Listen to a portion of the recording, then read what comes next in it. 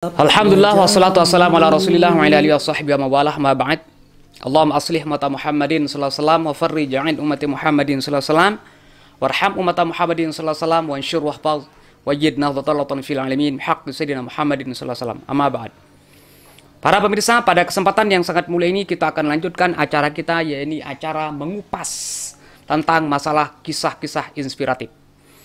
Pada kesempatan yang sangat mulia ini kita akan menceritakan tentang kisah tentang amanah. Sebelum kita melanjutkan tentang kisah amanah ini, kita akan membaca sebuah hadis yang diriwayatkan oleh Imam Ahmad dan Imam At-Tabrani. An Anasin radhiyallahu anhu qala ma khatabana Rasulullah sallam illa qala. Tidaklah Rasulullah sallam berkhutbah, menyampaikan tausiahnya, berpidato kepada kami illa qala, kecuali beliau mengatakan la imana liman la amanatalah. Orang itu tidak dianggap memiliki iman yang sempurna, iman yang kuat, iman yang mantap, iman yang kukuh, kecuali dia itu memiliki amanah. Artinya melaksanakan ajaran Allah Subhanahu wa taala dimanapun dan kapanpun, dan tetap percaya bahwa Allah Subhanahu wa taala itu ada di mana-mana. Wala dina liman la ahdalah. Tidak ada agama kecuali bagi orang-orang yang memiliki janji. Artinya orang yang menepati janji. Sekali lagi, tidak ada agama, artinya tidak dianggap seorang itu beragama yang benar kecuali harus menepati janjinya. Nah, kisah yang berkaitan dengan amanah di sini adalah kisah tentang Sayyidina Umar yang kita akan baca di dalam sebuah kitab, buku Tuntunan Meraih Kesuksesan Hakiki. Alhamdulillah wa syukrillah, ini kitab ini kita susun dan sudah kita cetak.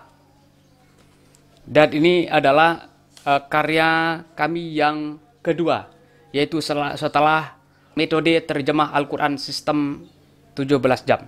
Kita lanjutkan. Di dalam buku ini kami menulis cerita Sayyidina Umar.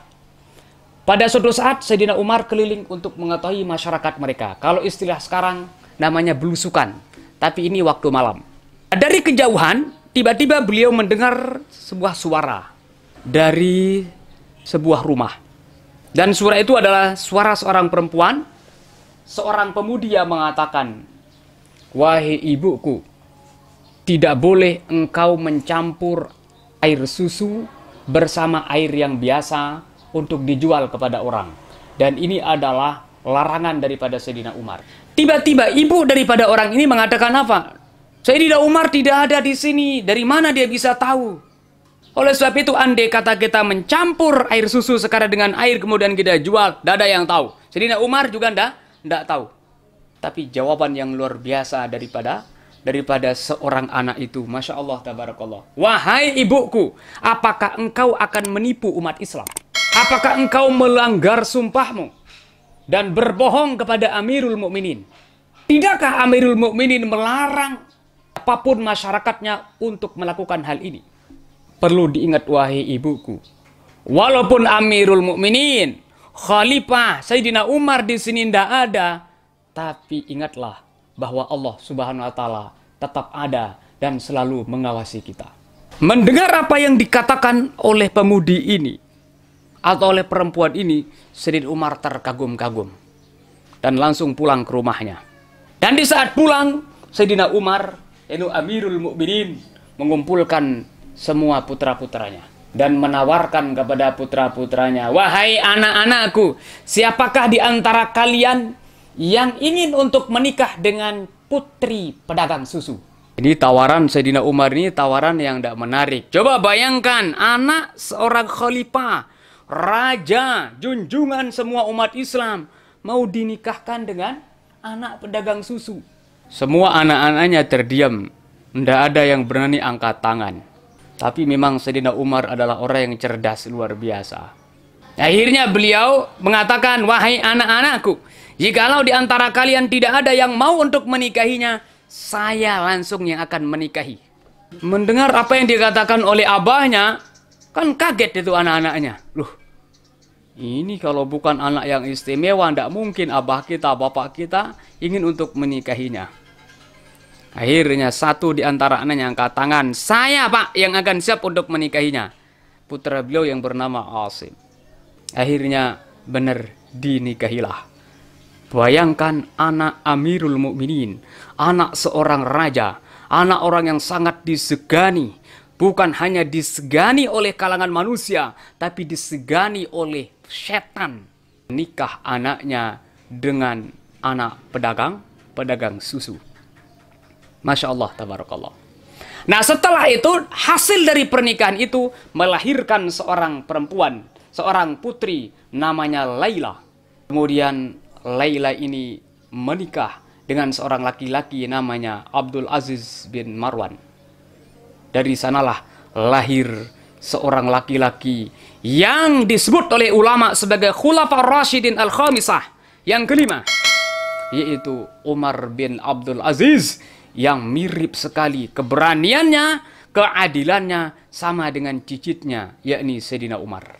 Para pemirsa yang berbahagia, pelajaran yang inspiratif yang bisa kita petik pada kesempatan yang sangat mulia ini adalah: pertama, tungkahul mar'atu limaliha wa jamaliha wa hasabiha ay nasabiha wa didiha fazfar bizatidin taribat yadak.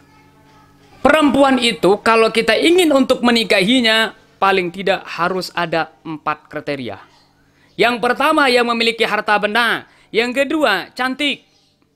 Yang ketiga adalah memiliki nasab atau keturunan yang baik. Yang keempat adalah agamanya. Amirul Mukminin, yakni Khalifah Sayyidina Umar, adalah murid kesayangan dan murid terdekat Rasulullah Sallallahu Alaihi Wasallam. Tentunya beliau akan mengikuti gurunya, yakni Rasulullah Sallallahu Alaihi Wasallam. Beliau bukan hanya sekedar memandang hartanya, beliau bukan memandang hanya sekedar keturunan yang hebat, tetapi yang paling penting adalah zatidin. Itu perempuan itu memiliki agama. Artinya andai kata bertentangan yang di antara 4 kriteria ini, yang harus diprioritaskan oleh seorang itu adalah ad-din, yaitu agamanya. Kemudian yang kedua, pelajaran yang bisa kita petik di sini adalah takhayyaru linutapikum fa innal idqa dasas. Pilihlah kalian di mana harus menanam benihnya. Kenapa? Karena namanya air keringat itu akan bercucuran ke bawah. Artinya apabila bapaknya orang yang amanah, bapaknya orang yang soleh, ibunya orang-orang yang soleh dan orang-orang yang berkualitas, maka akan melahirkan putra-putri generasi-generasi yang berkualitas.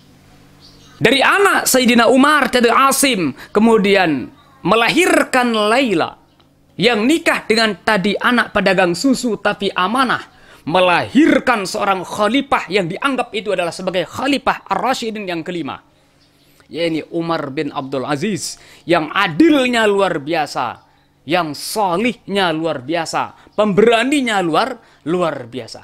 Bahkan Umar bin Abdul Aziz, di saat beliau menikah, beliau memanggil istrinya, "Wahai istriku, apakah engkau punya perhiasan, punya harta benda?" "Punya, wahai suamiku. Ini adalah emas pemberian daripada orang tuaku." Kemudian Umar bin Abdul Aziz mengatakan, "Wahai istriku, apakah engkau cinta kepadaku?" Tentunya istri menjawab, "Saya benar-benar mencintai Anda." Apa kata Umar bin Abdul Aziz? "Kalau engkau cinta kepadaku, maka apa yang kamu miliki, emas perhiasan warisan daripada keluargamu, orang tuamu, sedekahkan, masukkan ke Baitul Mal, supaya orang jangan menganggap bahwa kita sebagai Amirul Mukminin, sebagai khalifah, sebagai raja, memanfaatkan kekuasaan kita untuk menumpuk-numpukan harta benda." Masya Allah, tabarakallah. Sekali lagi, kesimpulannya yang kedua adalah ibu bapak yang baik maka akan melahirkan generasi-generasi putra-putri yang baik. Kalau di Indonesia mengatakan, atau pepatah Indonesia mengatakan, buah itu tidak akan jatuh jauh dari pohonnya. Mudah-mudahan kita termasuk dalam kategori orang-orang yang amanah, artinya mampu untuk mengemban amanah dan melahirkan anak-anak yang amanah dan anak-anak yang berkualitas.